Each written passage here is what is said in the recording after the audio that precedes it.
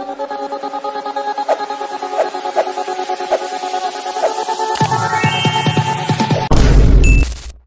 hello.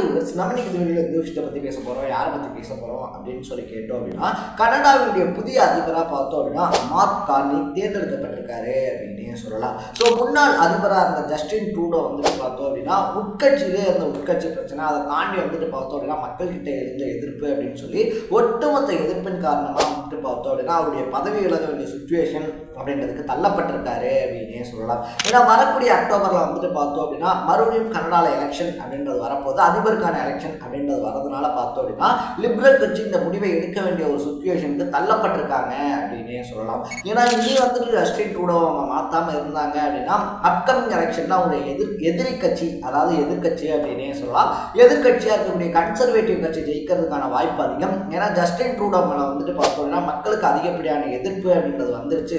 வீட்டு வசதியில் இருக்கக்கூடிய பிரச்சனைகளாக இருந்தாலும் சரி, நாங்கள் இருக்கக்கூடிய விஷயங்கள் இருக்கு இல்லையா, மக்கள்கிட்ட வந்துட்டு பார்த்தோம் அப்படின்னா ஒரு அதிருப்தி அப்படின்றது ஜஸ்டின் ட்ரூடோக்கு அகேன்ஸ்டா வந்துட்டு நிலவுது. இதை தாண்டி லிபரல் கட்சி ஜெயிக்கணும் அப்படின்னா கண்டிப்பா ஜஸ்டின் ட்ரூடோ பதவி விலகிதான் ஆகணும் அப்படின்ற ஒரு சுச்சுவேஷன் கொண்டு வரப்பட்டிருக்கு அப்படின்னே சொல்லலாம். சரி, ஓகே, ஜஸ்டின் ட்ரூடோக்கு அப்புறமா யார் வந்துட்டு லிபரல் கட்சியையும் கனடாவையும் வழிநடத்த போறது அப்படின்னு சொல்லிட்டு பார்த்தோம் அப்படின்னா ஜனவரிலேயே அதுக்கான வேலைகள் அப்படின்றது ஆரம்பிக்கப்பட்டிருந்துச்சு அப்படின்னே சொல்லலாம். லாஸ்ட் சண்டேல வந்துட்டு பார்த்தோம் அப்படின்னா கிட்டத்தட்ட லிபரல் கட்சியினுடைய 1.5 லட்சம் உறுப்பினர்கள் வந்துட்டு ஓட்டு போடுறாங்க யார் தங்களை வழி நடத்தணும் அப்படின்னு சொல்லிட்டு. அப்படி போடப்பட்ட 1.5 லட்சம் ஓட்டுகள்ல வந்துட்டு பார்த்தோம் அப்படின்னா 1,31,671 ஓட்டு அப்படின்றது, அதாவது 1.5 லட்சத்துல 1,31,000 ஓட்டு அப்படின்றது கிட்டத்தட்ட 85.9% அப்படின்றத சொல்றாங்க. அறுதி பெரும்பான்மையை வாங்கி பார்த்தோம் அப்படின்னா மார்க் கார்னி இனிமேல் லிபரல் கட்சி, அது மட்டும் இல்லாம கனடாவை வழிநடத்துவாரு அப்படின்றத அறிவிக்கப்படுது. இது ஒரு ஹைலைட்டே என்ன அப்படின்னு சொல்லி கேட்டோம் அப்படின்னா மார்க் கார்னி இருக்கார் இல்லையா, அவர் வந்துட்டு ஒரு அரசு ஊழியர் கிடையாது, அது மட்டும் அவர் அரசியல்வாதியும் கிடையாது. என்னப்பா சொல்ற, அரசியல்வாதியும் கிடையாது அரசு ஊழியரும் கிடையாதுன்னா எப்படி ஒரு நாட்டை வழி நடத்த முடியும் அப்படின்னு சொல்லி கேட்டோம் அப்படின்னா கனடா பேங்க் இருக்கு இல்லையா, பேங்க் ஆஃப் கனடாவுடைய ஆளுநராக வந்துட்டு அவர் இருந்திருக்கக்கூடிய டைம் அப்படின்றது இருக்கு. அதுவும் 2008 வருஷம் வந்துட்டு பார்த்தோம் அப்படின்னா கனடாவில் வந்துட்டு ஒரு ரொம்ப பெரிய பொருளாதார நெருக்கடி அப்படின்றது வந்துட்டு ஏற்படுது. அந்த பொருளாதார நெருக்கடியில வந்துட்டு மார்க் கார்னி இல்லை அப்படின்னா கனடா காணாம போற அளவுக்கு வந்துட்டு அந்த நெருக்கடி அப்படின்றது இருந்துச்சு அப்படின்றது சொல்றாங்க. பட் மார்க் கார்னி வந்துட்டு பார்த்தோம் அப்படின்னா வந்து அவ்வளவு சூப்பரா வந்துட்டு கையாளுறாரு.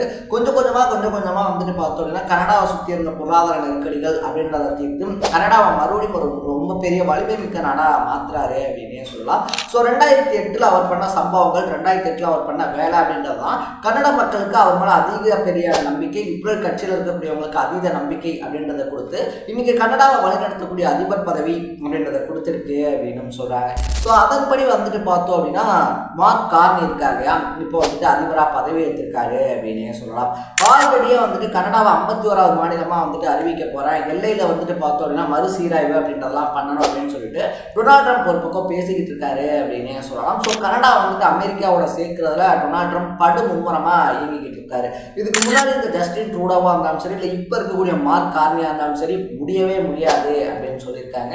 நம்ம டைட்டில்ல போட்டிருக்க மாதிரியே வந்துட்டு பார்த்தோம் அப்படின்னா ட்ரம்ப்புக்கு அப்பனுக்கு அப்பா அப்படின்ற மாதிரி தான் மார்க் கார்னியோட செயல்பாடுகள் இருக்கும் அப்படின்னு சொல்லியும் எக்ஸ்பெக்ட் பண்ணப்படுது. ஏன்னா மார்க் கார்னி வந்தோடனே வந்துட்டு பார்த்தோம் அப்படின்னா அவர் சொல்லியிருக்கக்கூடிய முதல் விஷயம் என்ன அப்படின்னா கனடா அமெரிக்கா கிடையாது, அமெரிக்காவுடைய ஒரு அங்கம் அப்படின்றதும் கிடையாது, கனடா மட்டும்தான் அப்படின்னு சொல்லிட்டு ஒரு அதிரடியான அறிவிப்பை வெளியிட்டிருக்காரு அப்படின்னே சொல்லலாம். அது மட்டும் இல்லாமல் கனடா பொருட்கள் இருக்கு இல்லையா, அதுக்கு வந்துட்டு பார்த்தோம் அப்படின்னா அமெரிக்காவில் அதிகப்படியான வரி அப்படின்றது விதிக்கப்பட்டிருக்கு. ஸோ அமெரிக்காவில் என்ன வரி விதிக்கப்படுதோ அதே வரி இங்கே கனடாலையும் விதிக்கப்படும் அப்படின்னு சொல்லிட்டு அனௌன்ஸ் பண்ணியிருக்காரு. கனடாவினுடைய இறக்குமதி பொருட்கள் இருக்கு இல்லையா, அதுக்கு வந்துட்டு 25% வரி அப்படின்றது அமெரிக்காவில் விதிக்கப்பட்டிருக்கு அப்படின்னு சொல்லலாம். இப்போ அதுக்கு பழி நடவடிக்கை அப்படின்ற மாதிரி வந்துட்டு பார்த்தோம் அப்படின்னா அமெரிக்காவுடைய இறக்குமதி பொருட்கள் இருக்கு இல்லையா, அதுக்கு 25% வரி அப்படின்றது விதிக்கப்படும் அப்படின்னு சொல்லிட்டு மார்க் கார்னி அதிரடியாக அறிவிச்சிருக்காரு. ஸோ இதனால வந்துட்டு பார்த்தோம் அப்படின்னா ட்ரம்ப் இருக்காரு இல்லையா, ட்ரம்ப் வந்துட்டு நேரடியாக மார்க் கார்னி எதிர்க்க ஆரம்பிச்சிருக்காரு அப்படின்னு சொல்றாங்க. அது மட்டும் இல்லாமல் கனடாவுடைய முன்னாள் அதிபராக ஜஸ்டின் ட்ரூடோ இருக்கார் இல்லையா, அவர் வந்துட்டு இந்த சீக்கியருடைய ஓட்டு அப்படின்றத வந்துட்டு கணக்கு பண்ணி சீக்கியர்களுக்கு அதிகப்படியான அங்கீகாரம் அப்படின்றத கொடுத்திருந்தாரு அப்படின்னு சொல்லலாம். ஸோ இதனால வந்துட்டு பார்த்தோம்னா காலிஸ்தான் ஆதரவாளர்கள்லாம் இருக்காங்க இல்லையா, அவங்கெல்லாம் கனடாவில் வந்துட்டு ரொம்ப சேஃபாக வந்துட்டு இருக்க முடிஞ்சுச்சு.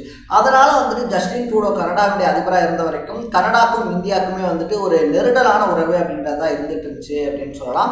பட் இப்போ புதிய அதிபராக வந்திருக்கக்கூடிய மார்க் கார்னி இருக்கார் இல்லையா, அவரை பொறுத்த வரைக்குமே என்ன சொல்கிறாங்க அப்படின்னு சொல்லி கேட்டோம் அப்படின்னா, அவர் வந்துட்டு சீக்கியர்களுக்கு அவ்வளோ பெருசாக ஆதரவு அப்படின்றது கிடையாது. அது மட்டும் இல்லாமல் அவர் பதவி ஏற்கக்கூடிய அந்த மேடையிலேயே வந்துட்டு இந்தியா மாதிரியான நாடுகள் இருக்காங்க இல்லையா, அவங்கள்ட்ட நாங்கள் வந்து நட்புறவு அப்படின்றத மறுபடியும் புதுப்பிக்க விரும்புகிறோம் அப்படின்னு சொல்லி அனௌன்ஸ் பண்ணியிருக்காரு.